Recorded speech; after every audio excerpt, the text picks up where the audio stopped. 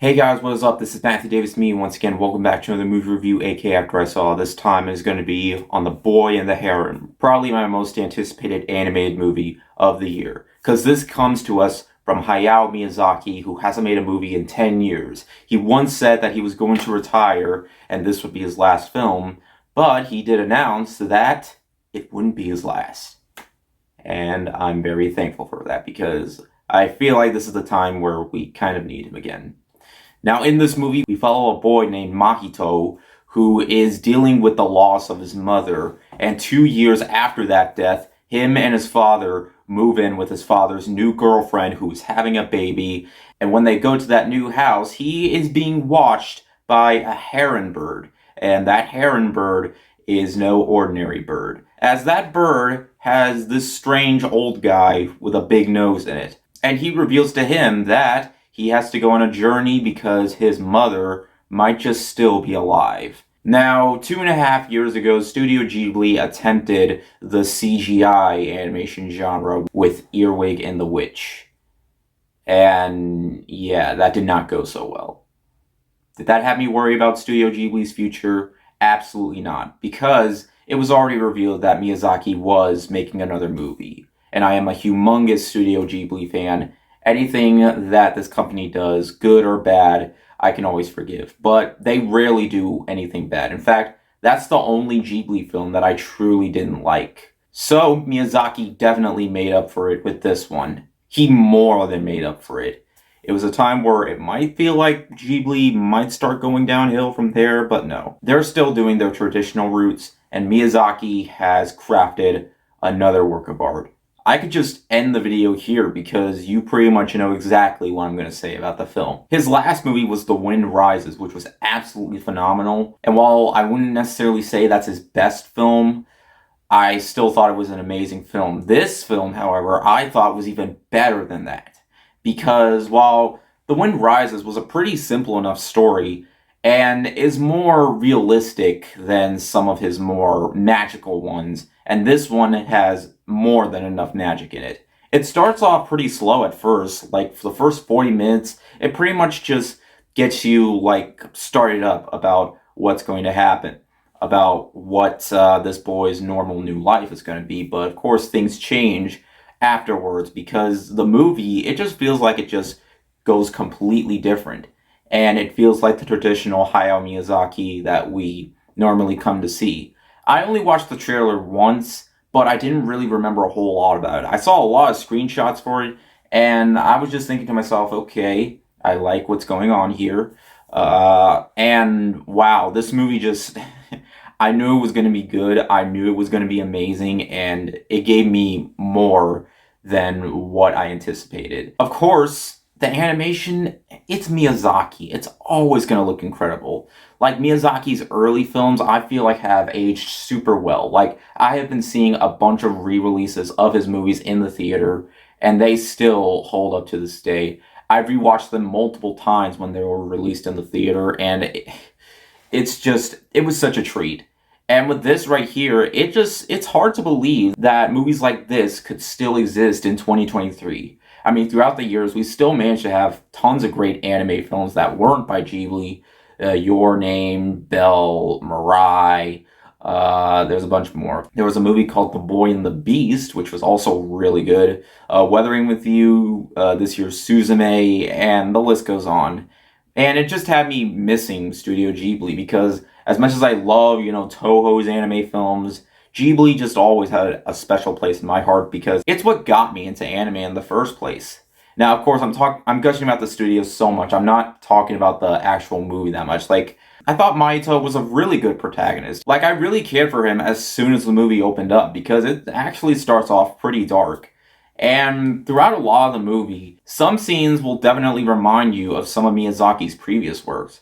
And no, I'm not saying it's like recreations of his scenes. He's not like what Disney did with Wish, where they make so many scenes in that movie feel so familiar. I feel like the way Miyazaki lays out the scenes here, making it familiar, doesn't automatically mean he's recreating scenes. It's just, basically, he's just pointing out why people loved him in the first place, what made him so special. It makes it feel like he's recreating scenes, but also making them feel like they're completely new. It pretty much has all the ingredients that you would see from his film.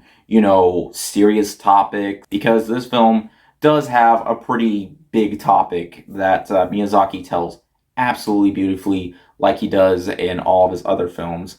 Magic, characters that I cared about, incredible music, bizarre scenery, and really crazy characters that show up, though probably not quite as crazy as some of his other films. Like, this doesn't have as much bizarre imagery as in something like Spirited Away, but I feel like what Miyazaki was trying to do here, he managed to succeed at pretty much like every single possible way that he tells his story here. I should also mention that one thing that I never noticed watching previous Ghibli films was the fact that they got A-list actors voice acting in the English dubs.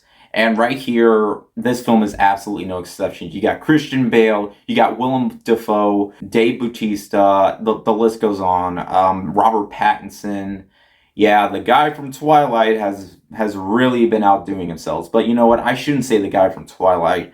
I should say the guy from The Batman or The Lighthouse, because pretty much he's really been boosting up his career, and all the voice actors for the English dub are absolutely terrific. I really don't think it matters which version you're watching, whether it's the Japanese dub or the English dub.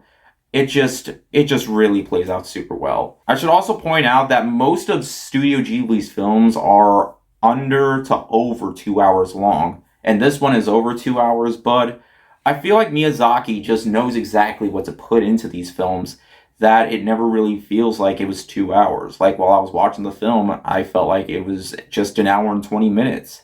It never felt like Miyazaki was putting in filler moments to just lengthen the time, because the story, at first, it is a little bit hard to figure out, as it does add in some things that does leave you with a bit of questions, even near towards the end of the film, but that just adds in to the movie's rewatchability, because Studio Ghibli films are definitely very rewatchable, and this film is no exception. I feel like it's just going to get better with each viewing, because there's just so much that this film adds in that it might be a little bit hard to keep up at first, but people have been rewatching the movie, and they have been mentioning that it does tend to get even better, so that makes it all the more reason to watch the film. Miyazaki definitely has something to say with this one, but he also has a great adventure to keep viewers like having a really fun time. It starts off slowly enough, but then it just completely changes, which is just something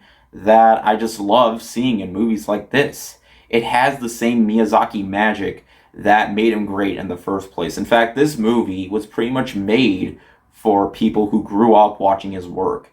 He proves that he knows exactly what people want to see when people watch his films. A great story, good characters, dazzling animation sequences that'll stay with you forever. He just crafted a powerful, powerful movie here. It's hard to believe that even though he's in his 80s, he never seems to lose his touch. And this is saying something too, because companies tend to go downhill, but when Studio Ghibli felt like they were going downhill with Earwig, they just all like, nope, they just skyrocketed through the roof with this one. And in the end, guys, The Boy and the Heron is another work of art from Ghibli and Miyazaki. It's great to see him back, and it's great to know that he hasn't lost his touch. He understands the point of what makes Japanese animation so intriguing. He crafts great stories. He manages to take his time with these films. Like, I've seen behind the scenes footage of Miyazaki's work, and it's hard to believe that, at times it seems like he was getting a little frustrated, but he still manages to get his work right. Even some of his weaker films are great as well. Like, there isn't a single film in his filmography that I think just didn't work in the slightest. He understands anime. He understands animation. He pretty much understands what makes a good movie, what makes a good adventure story, and all that. He definitely hasn't lost his touch. It's great to see him back. And we're living in a time where Disney has sort of been losing its magic a little bit. Studio Ghibli, it felt like they had before with Earwig, but after watching this, it proves that they still had it the whole time. Miyazaki, it's great to see you back, man, and I cannot wait to see your next masterpiece after this masterpiece.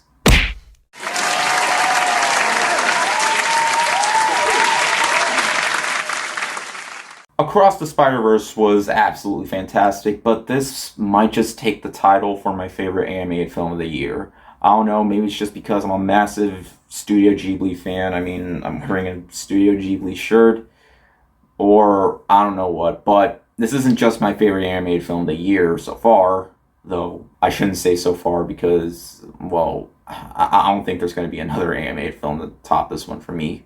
But it's also one of my favorite films of the year in general. So, yeah.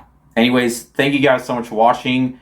I'll be seeing Wonka next week. I'm really looking forward to that film. So, yeah. But anyways, thank you guys so much for watching, and I'll see you guys later. Word out.